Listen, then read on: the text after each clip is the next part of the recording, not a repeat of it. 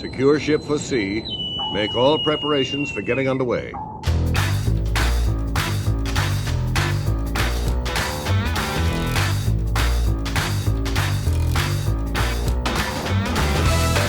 Hello and welcome to a brand new episode of The Backside of Water, a podcast that delves into the rich history, awesome stories, and fascinating details behind your favorite Disney attractions. I'm Alex Stewart. I'm Freddy Martin. Annie, that's your cue. Al, don't you remember? Annie's on an assignment out in the field currently, so she's not going to be on this episode. Oh, that's right. How could I forget? We've been so busy creating episodes of Did You Know Disney, as well as launching an entirely new live stream chat and news show called The Main Street Monthly for our Patreon members over at patreon.com/BSOW Network, while simultaneously launching an entirely new Star Wars themed podcast called The Smuggler's Dispatch that can be found on Apple Podcasts, Spotify, and anywhere else podcasts are produced, that I forgot that she volunteered to spend one entire month touring all the monorails in the world for next month's episode. Whew! What a run-on sentence. And we've been busy now that you mention it, and I'm so excited for the direction all these new ventures are taking, as well as for Annie's willingness to pound the pavement and get the scoop on all things monorail for us. You'll be missed on this episode, Annie, but we can't wait to have you back next month. But enough about next month, let's get on topic of this month. Folks, on this episode, we are taking you 20,000 leagues under the sea to explore one of the most iconic and beloved attraction in all of Tomorrowland. That's right, we are going to be exploring the Finding Nemo Submarine Voyage. Though I've got to say, Al, I have the most memories of this attraction when it was simply the Submarine Voyage. Well, that does make sense, Freddy. I mean, after all, it was the submarine voyage through liquid space much longer than it has been themed after Disney Pixar's Finding Nemo. I think we're going to actually run into this problem quite a lot here in Tomorrowland. So many of the attractions that exist in Tomorrowland today began their life as an entirely different attraction altogether. That's very true, Al, and we explored as many of the extinct attractions as we could in our previous Tomorrowland area introductions. As we did, we utilized some of the world's most advanced and expensive imaginary technologies in existence to dig deep and map out how each one of today's Tomorrowland attractions are related to yesterday's, whether by location or theme. So, listener, if this is your first episode to The Backside of Water, we highly recommend you go back and listen to those episodes just so you can have a little bit of context. And just like all Backside of Water episodes, let's not waste any time in getting to the main attraction, the story of the Finding Nemo Submarine Voyage. Hooray!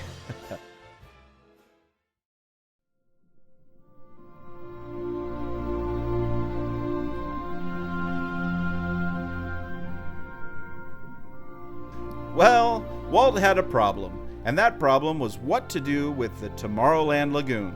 Since 1956, the lagoon was home to a cool-looking but doomed for extinction boat ride called Phantom Boats. These were basically mini motorboats with bat wings piloted by one cast member per 2 to 3 guests. Due to maintenance issues and outscaled costs to run them, one cast member per 2 to 3 guests. What were they thinking? The Phantom Boats have the dual dubious Disneyland distinction of being the shortest-lived attraction and the first permanent attraction to close permanently. Way to go, Phantom Boats. The relatively large lagoon was destined for inclusion in Walt's Land of the Future, but nobody was really quite sure what to do with this space. Obviously, there was a need for an aquatic experience of some sort, and during the early days of planning, Imagineer Dick Irvine suggested a glass-bottom boat experience. Guests would ride said boat around the lagoon and explore the underwater world of fish and plant life by peering down through the floor of the transparent water vessel. But when the idea was presented to Walt, he nixed it almost immediately. I mean, you could just float the 26 miles out of Long Beach to Santa Catalina Island to see their glass bottom boats over a real ocean reef.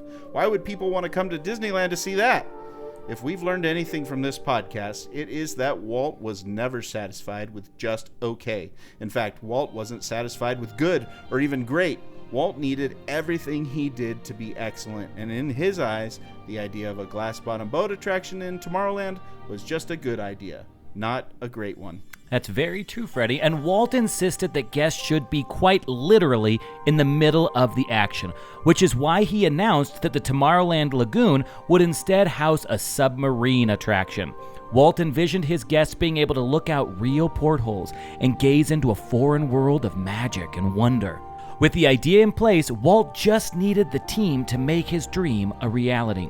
He'd enlist the help of Disney legends Claude Coates and Bob Sewell to handle the overall design of the attraction, while Bill Martin would work on the track and architectural design.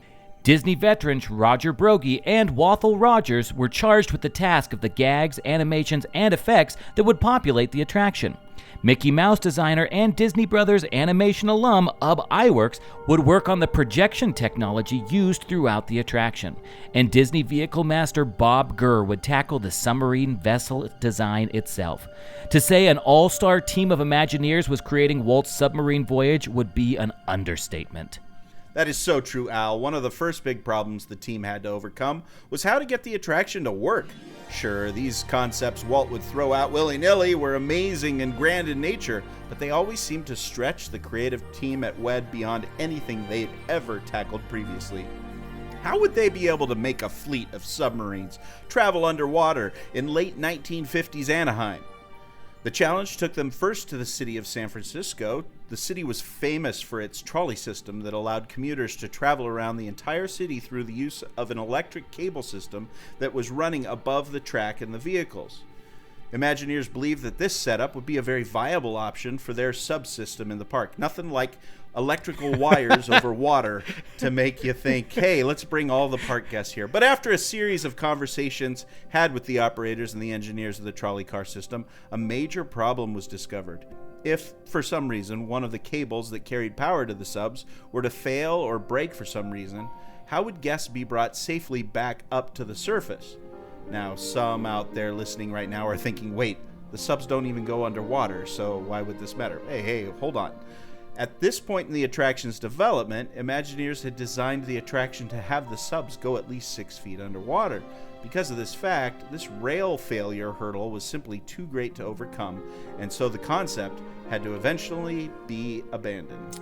So these safety conversations also brought up the viability of guests being submerged under 6 feet of water for a long span of time.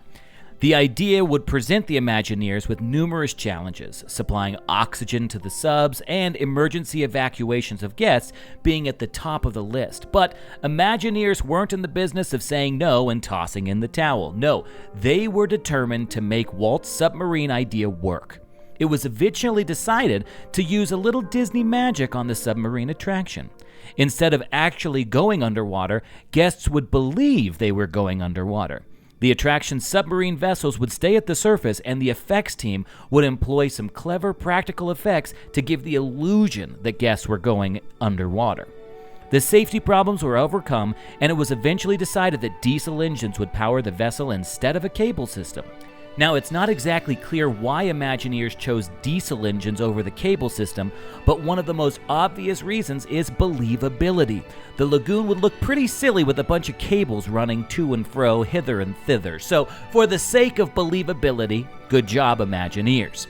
The design of the submarines itself was a little bit of a hurdle as well. Many expected the theme of the attraction to mirror that of the 1954 science fiction film 20,000 Leagues Under the Sea, but Walt was an original ideas kind of creator in many ways. Still, 20,000 Leagues wasn't far from his mind during the creation of this attraction, but in more unexpected ways. That's right. When Disney Studios was creating the art direction and set designs for 20,000 Leagues Under the Sea, Walt expressly desired for Nemo's famous submersible to be a state-of-the-art, futuristic-looking vessel that mirrored what modern submarines would look like. It was designer and Imagineer Harper Goff, though, who convinced Walt that going with a more alternative look for the sub would be the best idea for the film and fit its Vernian visual aesthetic. But Disneyland was Walt's opportunity for his original 20,000 Leagues designs to come to fruition, and he would task Bob Gurr to make this dream a reality. Gurr worked with a group called General Dynamics to design a sub that matched the submarine of the U.S. Navy fleet of the 1950s. It would make sense that they would look so close to the actual naval vessels, seeing how General Dynamics actually built U.S. Navy submarines during this time. Talk about authenticity. It's also important to remember that Disneyland was being built during the height of the Cold War, and exploration of nuclear technology was on everybody's mind. As such, Gurr and General Dynamics would design the subs to match their nuclear big brothers being used to protect American interests. They would also be painted the same drab gray color seen in the American Navy. This color would actually remain until 1986, when the subs would go through a couple of quick color scheme changes that eventually landed on the iconic bright yellow that would be used for the rest of the attraction's life. Walt would dub his fleet the largest fun-time fleet of submarines in the world. I love that. I want that on a t-shirt, Freddy, and I want it tomorrow. Fun-time fleet. Each one of these subs would cost a whopping $80,000 in 1950s money to build, and Walt would commission 8 of them. I believe $80,000 in today's money is $8 trillion. I'm not an economist. Yeah, no, it's a Google. Yeah, exactly. Google. I actually got that information from Warren Buffett himself. Buffet. Father of Phoebe and actual distant cousin of my boy Jimmy Buffett. Oh my. Oh boy, don't even get me started on Jimmy Buffett, folks. So these subs would be built at Todd Shipyard in San Pedro, California, and then be shipped down to Disneyland, where retired Navy Admiral Joe Fowler of Fowler's Harbor fame would prepare them for their Grand Circle tour of the Tomorrowland Lagoons. Each sub had its own name, starting with the obvious leader of the pack, the Nautilus, followed by the Seawolf, Skate, Skipjack, Triton, George Washington, Patrick Henry, and Ethan Allen. Each of these subs was named after an actual sub in the American fleet. These subs were capable of carrying 38 passengers each and allowed each guest a porthole for viewing the underwater world. The story, like all Disney attractions, was the backbone of the ride, and the story that guests lived within while journeying on the Submarine Voyage would actually be based off the true story of the submarine Nautilus's 1958 journey under the Arctic Ocean's polar ice cap. Walt decided that the majority of the attraction's story should be based off of this death-defying venture, but he also didn't hesitate to pepper in a little Disney magic along the way. Walt had originally wanted the attraction to be teeming with real aquatic life. Much like he dreamed for the Jungle Cruise, Walt believed that this authenticity would add so much more to the attraction. But the lagoon needed heavy amounts of chlorine to keep algae from growing, and to keep the water clear enough for folks in the subs to see anything that was going on. This chlorine was deadly to sea life, so the idea had to be scrapped. Thank goodness. Yes. But Walt also found it unacceptable that guests wouldn't see anything resembling sea life on the attraction. So the WED team came up with a way to create the illusion of sea life by using real specimens of sea life to create plaster cast versions for the lagoon. By doing this, no sea creatures were harmed, except for those used in the molds, and guests got an authentic experience as usual. And expected. Yeah, you bring up a very good point, Freddie. While we were doing the research, when it says specimen, I think that they were actually I hoped. I don't know. Can a fish die of natural causes? We're dreaming. Yeah, we had a poor beta who did die of natural causes. He was just old. Yeah. And then they made a specimen of him, and they actually put him on Finding Nemo. Yeah. Oh, that's fantastic. Yeah, he can't be in with any of the other fish because he gets a little aggressive. But R.I.P. His name was Steve Rogers because my son loved Captain America and he was a red, white, and blue beta. So when you're on Finding Nemo, try to find a red, white, and blue beta, and good luck with that. We digress. But animal lovers out there, I hope that these fish died of natural causes after a ripe life of philanthropy under the sea. So these fish... Philanthropy. These fish would be attached to turntables that would allow the fish to look as though they were swimming around.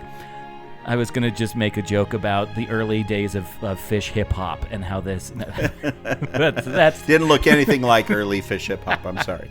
And I think they called it flip-flop. Oh, fish hop.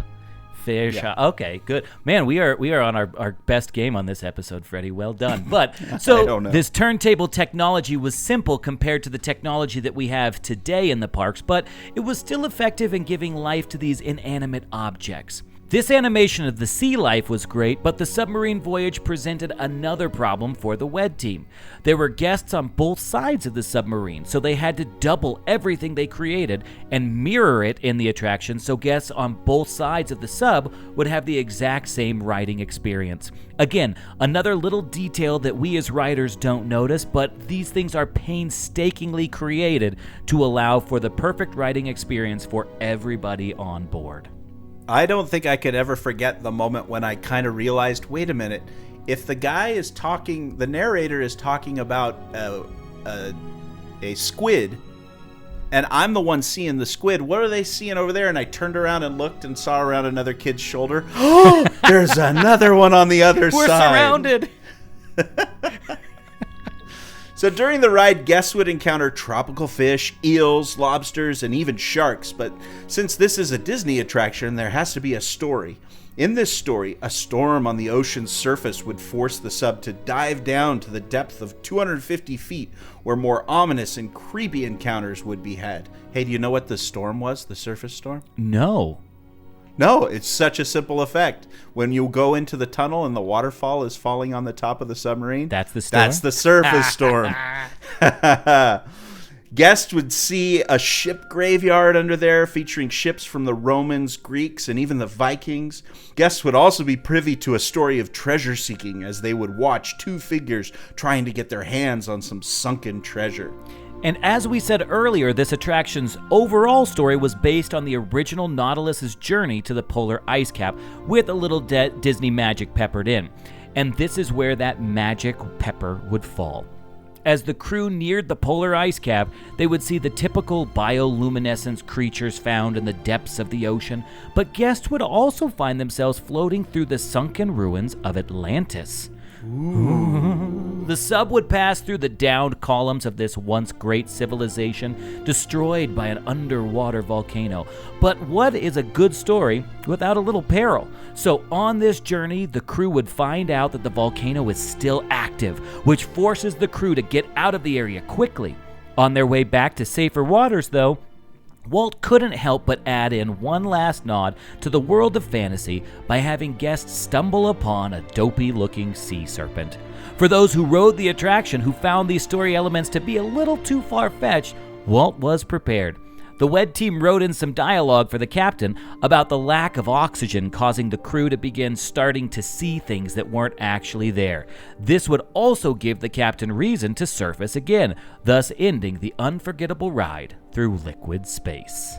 Ah, what a story. Love it. The sub design, layout, technology, and story were in place, but the grand nature of this attraction presented yet another challenge to the Imagineering team, and that was the size of the attraction's location. Tomorrowland Lagoon, though beautiful, was actually pretty darn small. This submarine attraction was shaping up to be a pretty grand adventure, and simply puttering around a lagoon just wasn't enough to tell the Nautilus's story. It was decided that the introduction to the story would take place in the lagoon portion of Tomorrowland, but the real adventure would begin when guests dove down into the briny deep. This briny deep section would be built inside a giant concrete show building that would be hidden from public view. The idea to house the real meat of the story inside a show building was actually quite genius. Inside a show building, the entire experience could be controlled. The illusion of diving so far beneath the ocean's surface that no sunlight is visible is not easily achievable up there in the lagoon, but it's a piece of cake inside a show building. But the building itself was presenting a problem of its own. A giant concrete building would stick out like a sore thumb in the area. So Walt tasked his plant guy, Bill Evans of Jungle Cruise fame, to hide the concrete monstrosity. Evans masterfully crafted a lush forested area flanking a beautiful waterfall that would hide the entrance to the show building. Still one of the most amazing pieces of natural show camouflage anywhere in the park, if you ask me. After months of preparation, the time came for the new submarine attraction to be unveiled. Disneyland 59 and the opening of New Tomorrowland was promoted as a huge event nationwide. On June 14th, 1959, all media was invited to ogle over Walt's newest creations, including the Disneyland Allweg monorail, the Matterhorn mountain bobsleds, and of course, the submarine voyage through liquid space. Guests and media alike couldn't get enough of these new attractions created by Walt and his Imagineers, especially the first underwater world to be fully explored within the walls of Disneyland. The Submarine Voyage, along with the rest of Tomorrowland's new breakthrough attractions, opened to the public on the next day, June 15th. One guest after another piled into the cramped metal cylinder, took their seat in front of a porthole, and were transported into a whole new world. That's kind of from Aladdin, isn't it? Shouldn't it be, I want to be part of that world? This is a mermaid thing. Look at this stuff. Isn't it neat? Isn't it neat? Well, scripting of Disney attractions and Disney movies aside, while on this journey under the sea, guests marveled over the magnificent showpieces created by Walt and his Imagineers, but it was also the little design details that made this ride such an amazing experience. For instance, when guests would peer through their porthole out into the briny deep, they'd be breathing quite heavily with excitement. Breathing heavily while up against a pane of glass usually means one thing: fog on the glass. Pardon my French. This fog on the glass would certainly ruin the show, but Imagineers had thought through this problem before the guests had even stepped foot into one of the subs. To prevent fogging of the glass, air vents were installed at the bottom of each of the portals. Air would blow through these vents and prevent the glass from fogging up. A secondary perk of using these air vents would be to provide more air to breathe for those guests who struggled with being in confined spaces. And let me say that confined is an understatement for the feeling one would feel while riding in these subs. Sure, people in 1959 were a little bit smaller than our supersized me culture today. Like, for instance, myself, I'm 5'6", and I want everybody out there to know that I'm not short. I'm actually the average height for the American male in 1936. So yeah, there is something going on with the milk out there. But the space, even with our smaller frames, felt tiny back then. You were elbow to elbow with the person next to you, and you rode the entire time with your head shoved into a tiny cylindrical space while gawking out your porthole. To be fair, this confined feeling was very, very similar to the actual experience of riding in a real submarine. The spaces were minuscule on nuclear subs, and oftentimes you were basically right on top of someone, because the crews to run these ships were so large. Now, on a nuclear sub, it's part of your duty to the Navy to engage in this kind of life of confinement when assigned to live on a nuclear sub. But as a guest of Disneyland, this confinement was optional. As a result, a large number of guests chose to pass on riding the submarines due to this fear of confined spaces.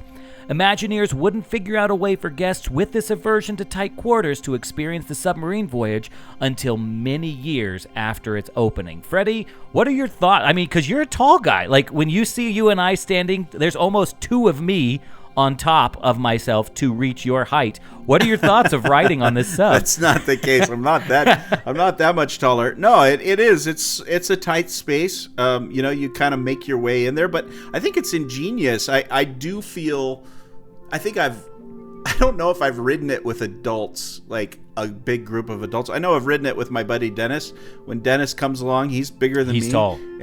And so he hates it anyway, just because he's claustrophobic. But it's that kind of thing. Like, you just get into these places, and it never bothered me. But I also know that I'm not going to be on it like for a 3.5 hour flight, like on Allegiant or something like that. Yeah, that is true. I know that.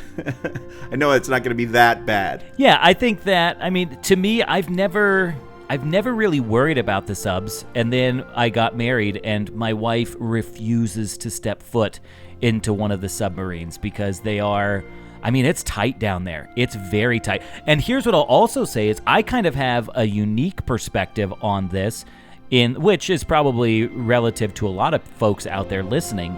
I don't have any recollection of riding the original Submarine Voyage. simply because I never had the experience to get to the park when they were open. So I don't know. All I know is the updated version. But even with the updated version, I can't imagine that they, gave more elbow room in the newest iteration. No, in the new iteration, which we'll talk about a little bit later, they actually made room for more seats because the way they switched the ride system. But pretty cool that you would fit a bunch of people down there, and I remember because I worked there. One of the key aggravating factors was the fact that it was a diesel engine, and that the pipe for where the diesel smoke would come out was right there by the entrance. So you were smelling diesel smoke. Now, you might remember that the Jungle boats are diesel, but they have the exhaust pipe that goes out the top of the boat, so nobody ever really smells Jungle diesel, but you sure did smell it. And then once you were down inside the subs and you'd smell that, it started to feel even more claustrophobic. Wait, time out. Freddie, did you work the subs? No. But when I worked at Disneyland, you'd spend half of your time working and half of your time playing. Oh, yeah. So made a lot of friends in all of the attractions, and so spent a decent amount of time riding the submarines, whether that was good use of my time or not.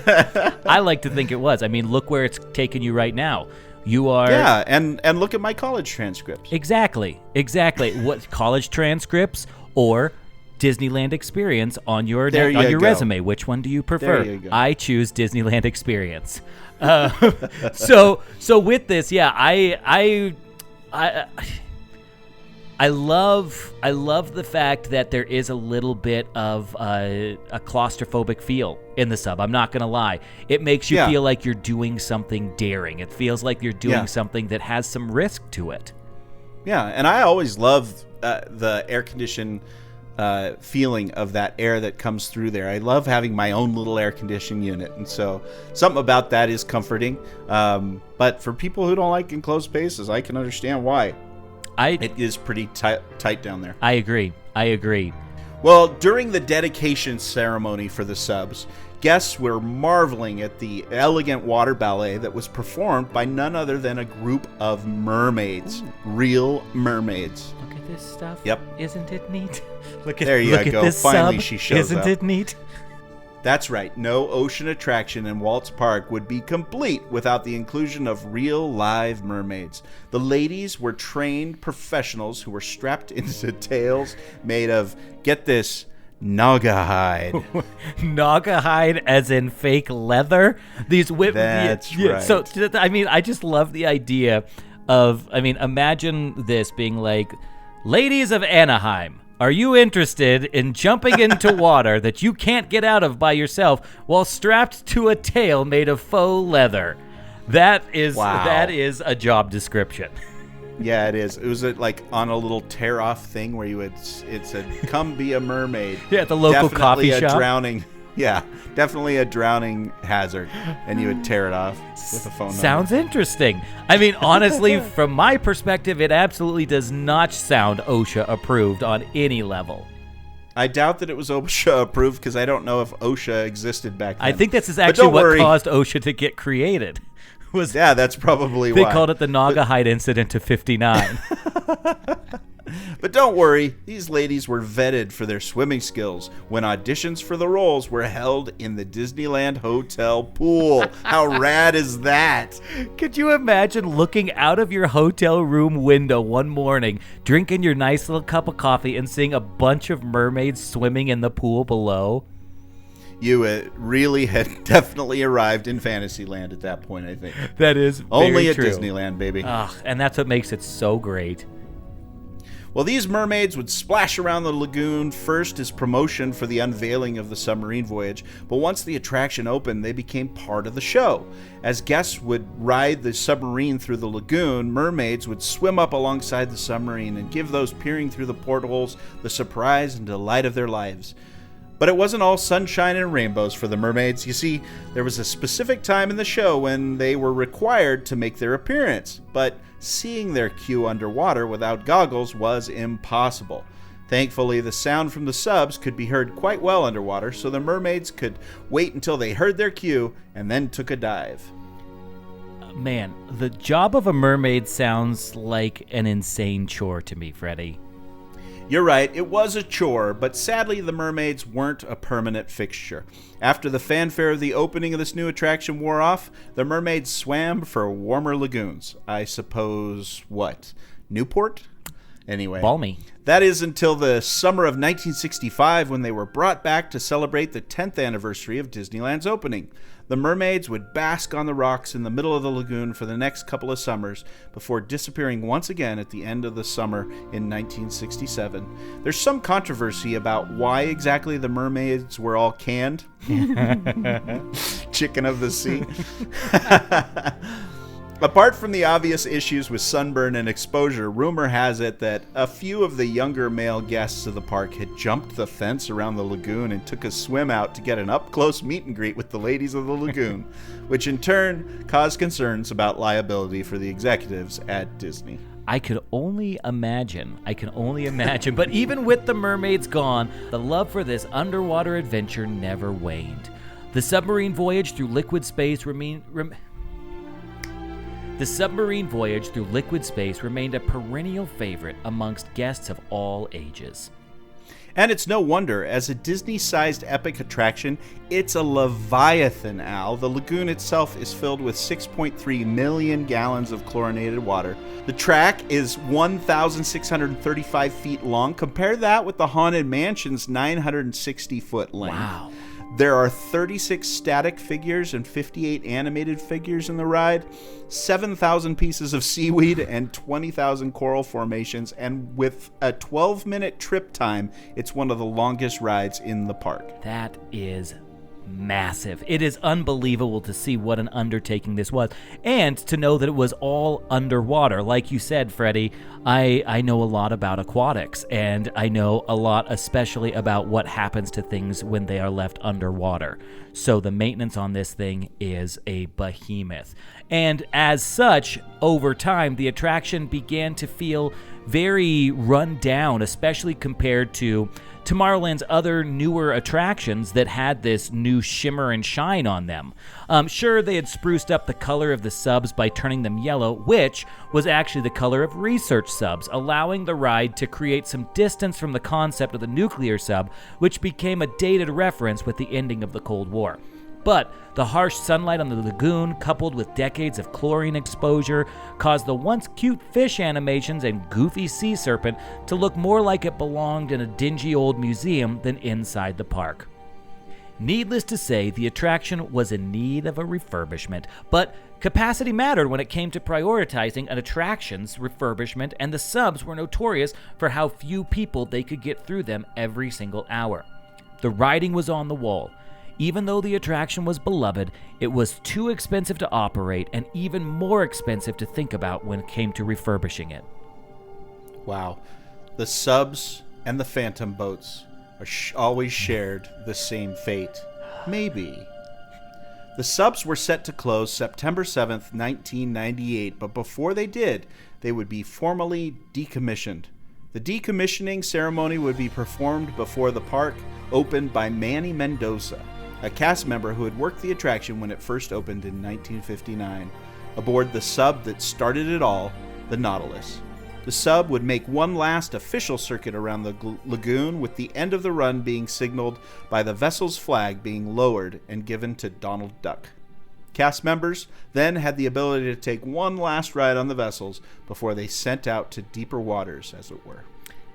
I don't know, Freddy. There's one thing that both of us as former cast members, folks, if you've listened to this show for more than 10 minutes, you've heard us say at least 5 times that we used to work at the park because it was such a great experience. But one of the things that is very special to me about this, and I think that most people who listen to this would just kind of pass it on, and that's fine. But as a cast member, I look at this and think, man, what a special occasion that This decommissioning was not... I mean, guests are vitally important. Guests are awesome.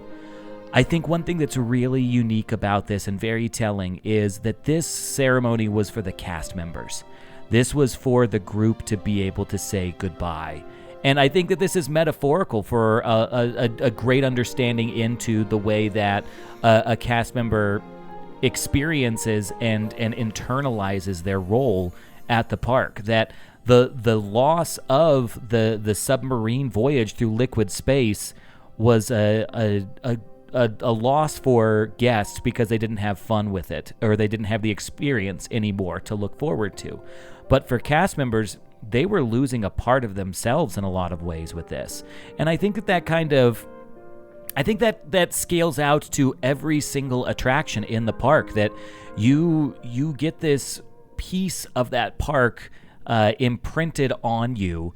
It's like what's the movie Avatar, when they find their flying dinosaur creature, that it like imprints with them. That's kind of the same thing that goes on with the attractions. I mean, did you experience that as a former skipper, Freddy? Did you take a part of the jungle with you when you left?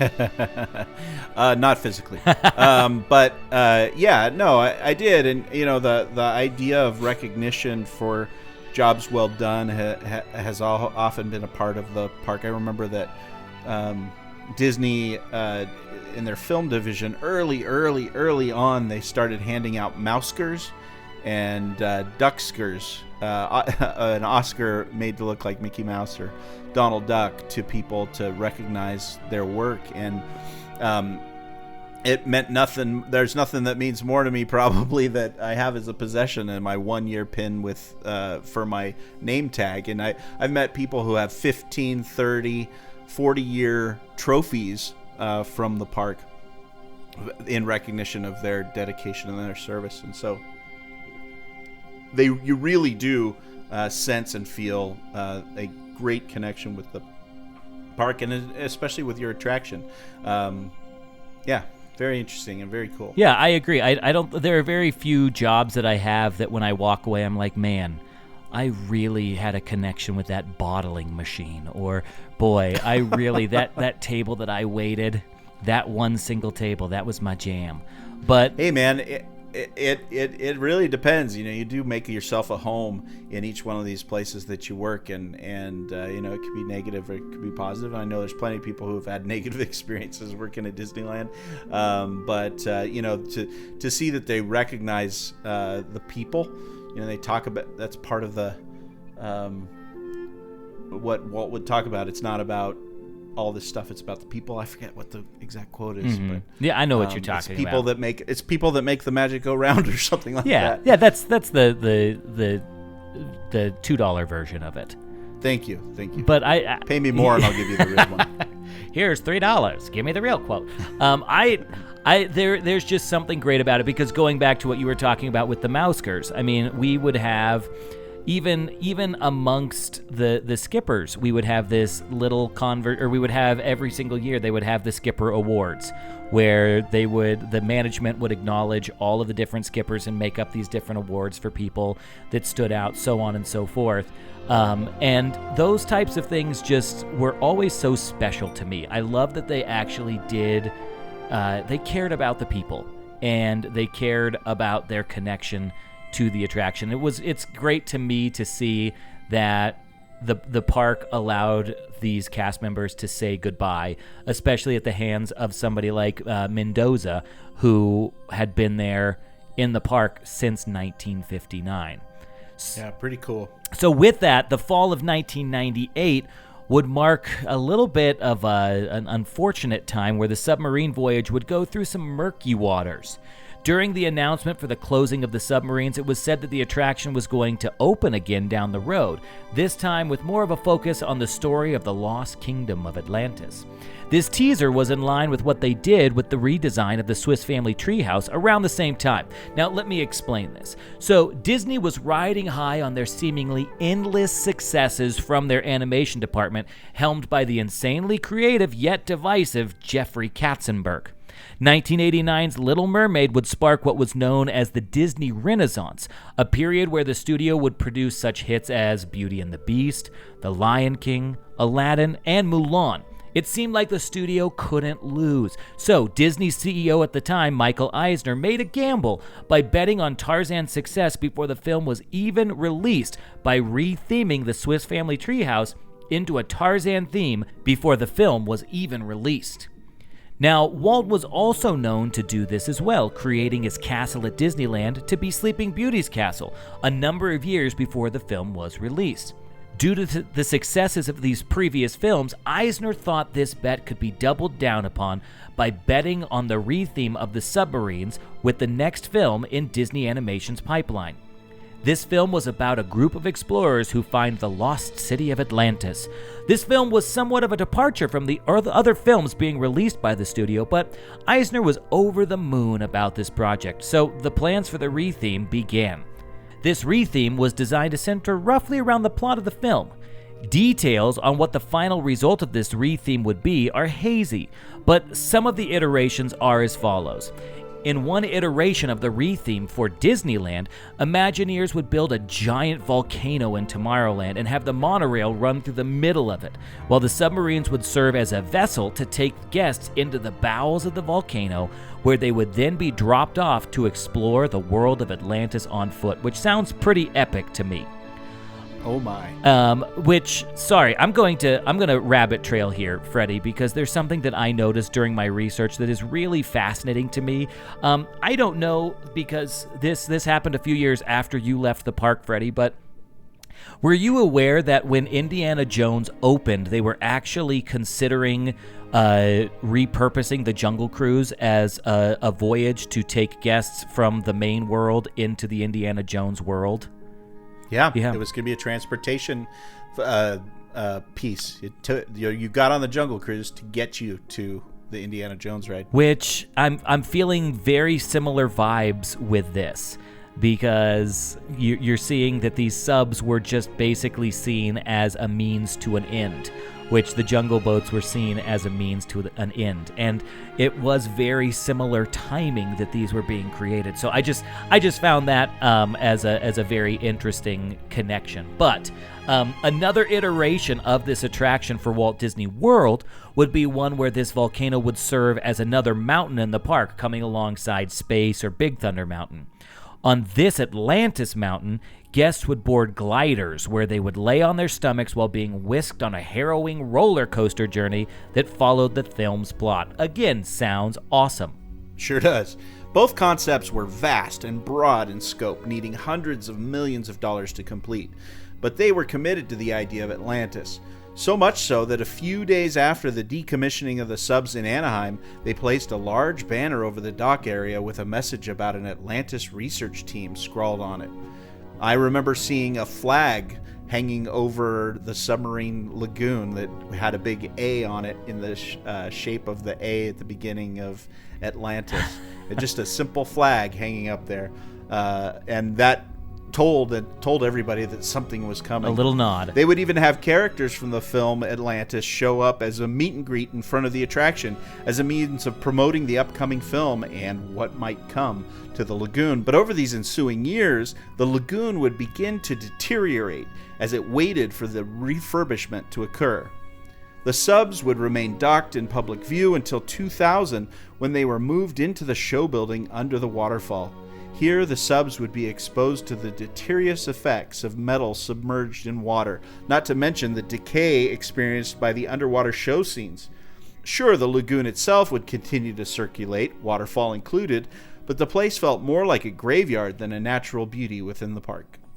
But unfortunately, a few hiccups would happen along the road to Atlantis. Well, not so much hiccups as giant, massive earthquakes within the company.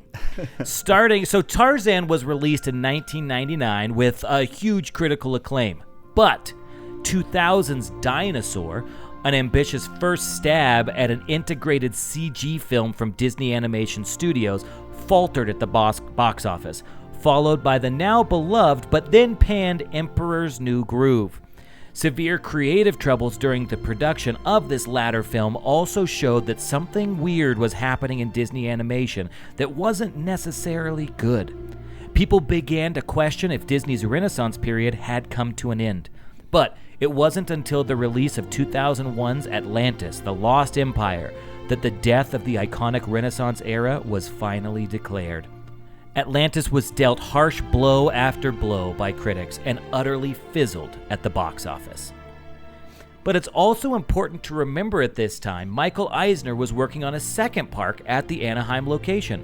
The California Adventure Park had taken up most of Eisner's attention and the company's budget at this time. So the prospect of refurbishing an attraction inside the park Eisner wasn't focusing on was totally out of the question. The failure of the Atlantis film and Eisner's attentions on California Adventure Park meant the subs were doomed for a watery grave, and the Atlantis Park project was completely canceled, or sunk.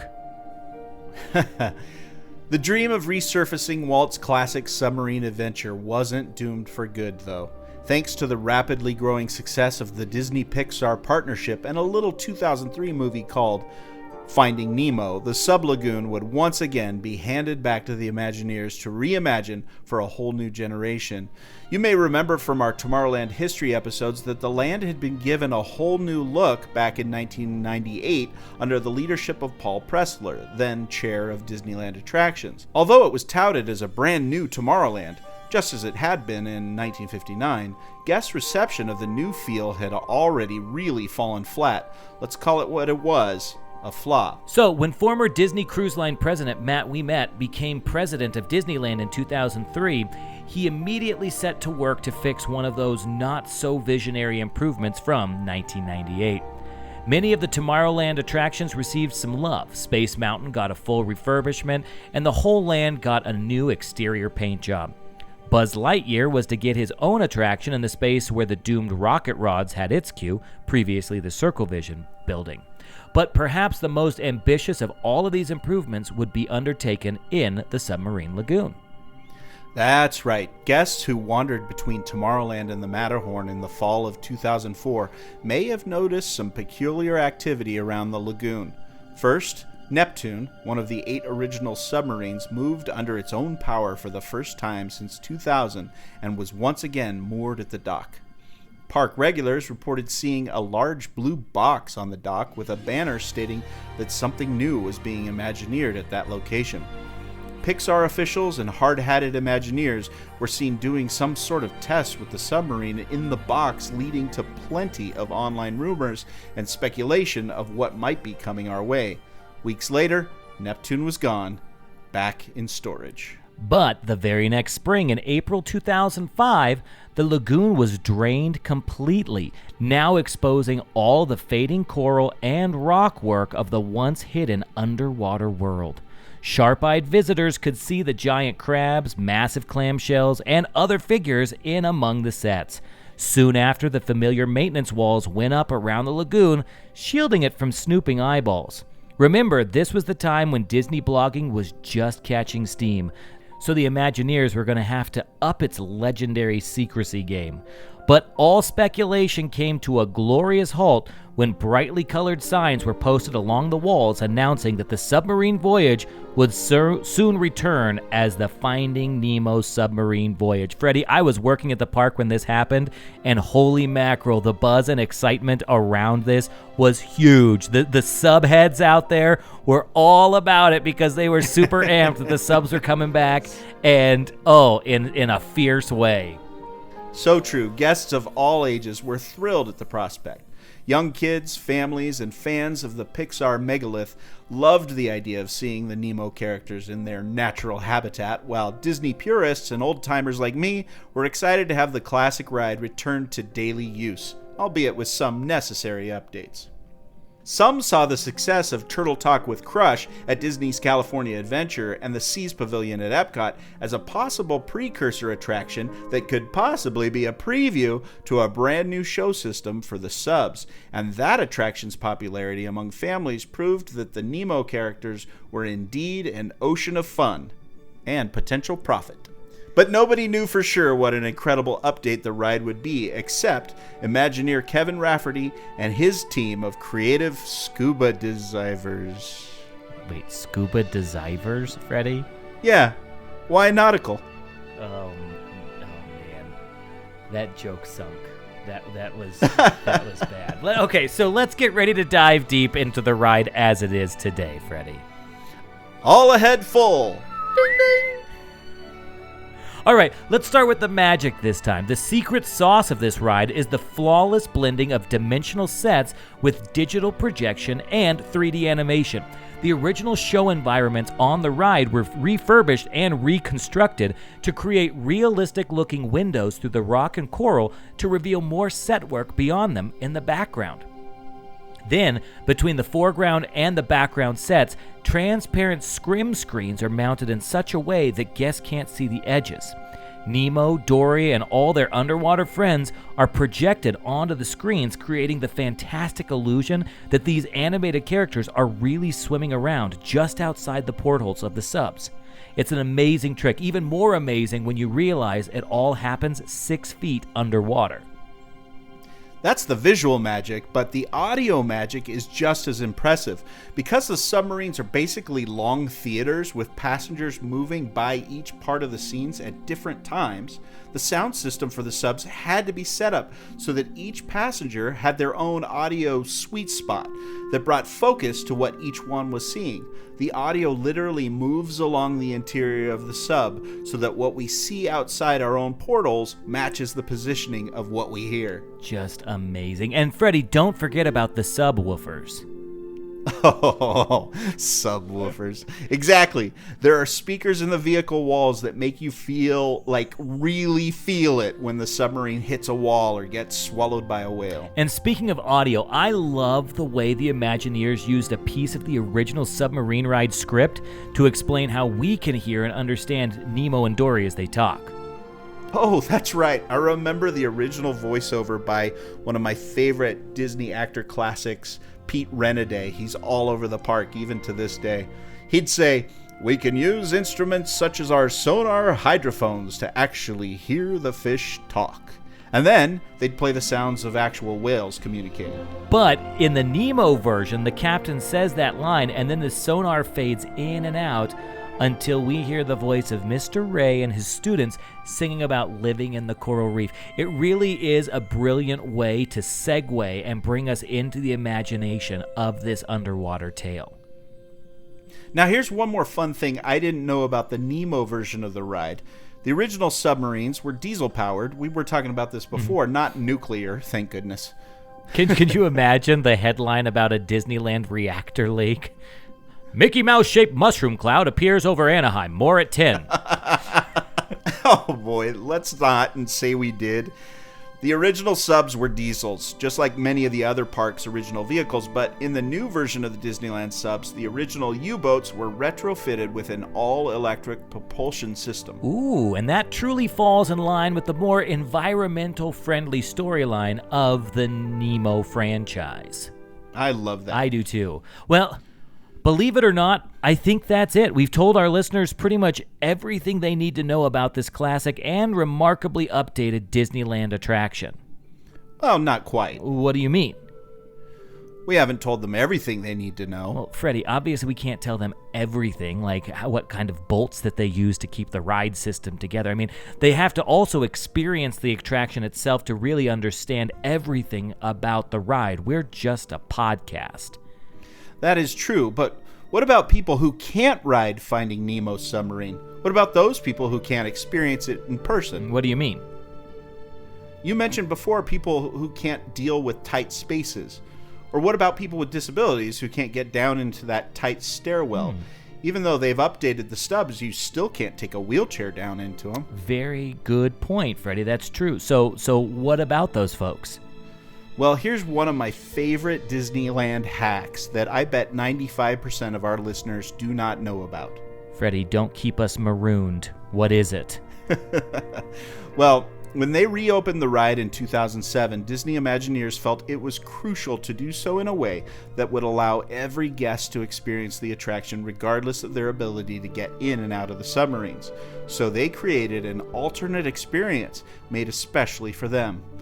Behind an unassuming door, there is a small theater themed to resemble an observation outpost. It's fitted with benches, surround sound, and a large screen monitor displaying high-definition video from the ride itself. It feels almost as though you're the surface crew monitoring the progress of the submarine crew as they explore the depths. It's truly one of the most remarkable Disney secrets made to ensure everyone is included in the fun. All you need to do is ask a cast member for the alternate experience, and it's all yours. Just remember, it's for people who need it, so always keep that in mind. Freddy, that's incredible. I did not know about this thing until you and I talked, and you told me that it exists. I cannot wait to share this with my family and friends who need a little extra courage for that ride.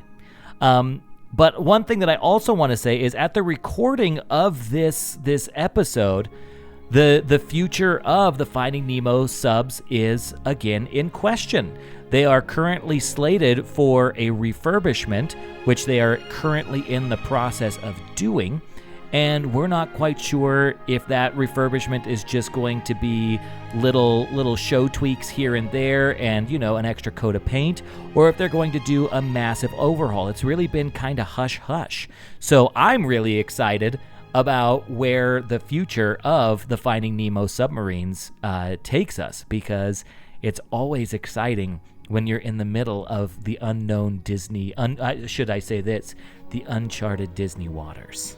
Oh, very nice. And with that, that's all we have for this episode of The Backside of Water. Al, can I just say it was great to be able to get our feet wet and explore this attraction in such a deep way. It's truly hard to fathom just how much information we were able to gather. Oh, well, all puns aside, this episode was a wellspring of information, a veritable fount of amazing information. I thought you said all puns aside, pal. An empty threat that holds no water. Oh, boy. Sadly, I think we're both out of our league when it comes to the aquatic ocean submarine puns, but if we both dive deep, we might be able to see a few more of them from the horizon. Folks, while Freddy and I dig as deeply as we can for more puns, we'd love if you'd take a moment to give us a favorable review over on Apple Podcasts. We're nearing nearly 400 reviews on the show, and we would love to hear what you have to say and add to that mounting list of reviews. I love reading through those. While you're there, please feel free to subscribe to the show so you get updated whenever we release a new episode. You can also get even more Disney-related content by becoming a member of our Patreon group. Over there, you can receive monthly episodes of our ever-popular podcast, Did You Know Disney? You can also get even more Disney-related content from us by becoming a member of our Patreon group.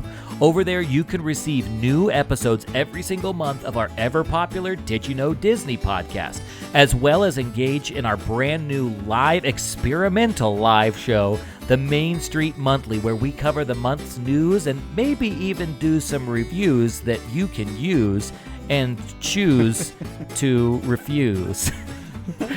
You can also find that by searching patreon.com/BSOW Network.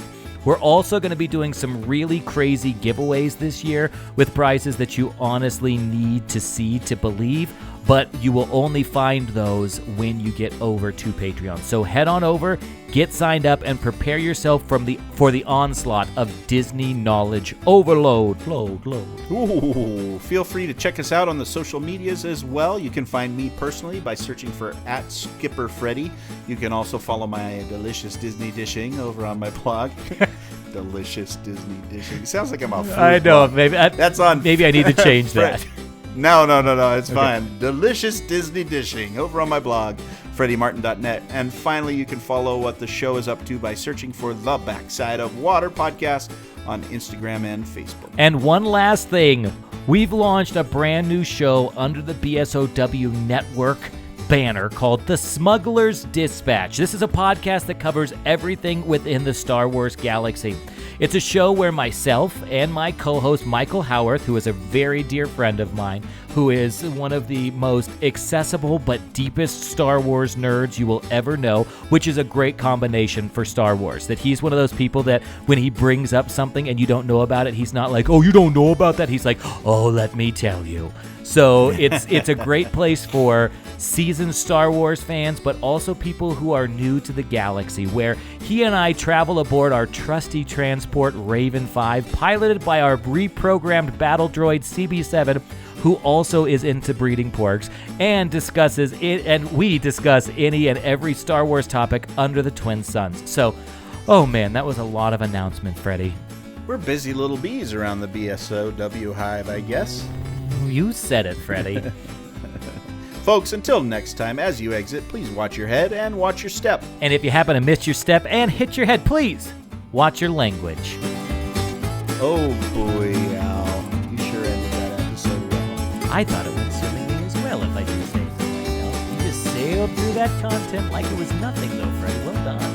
Oh, Al, I try to keep it brief and to the point.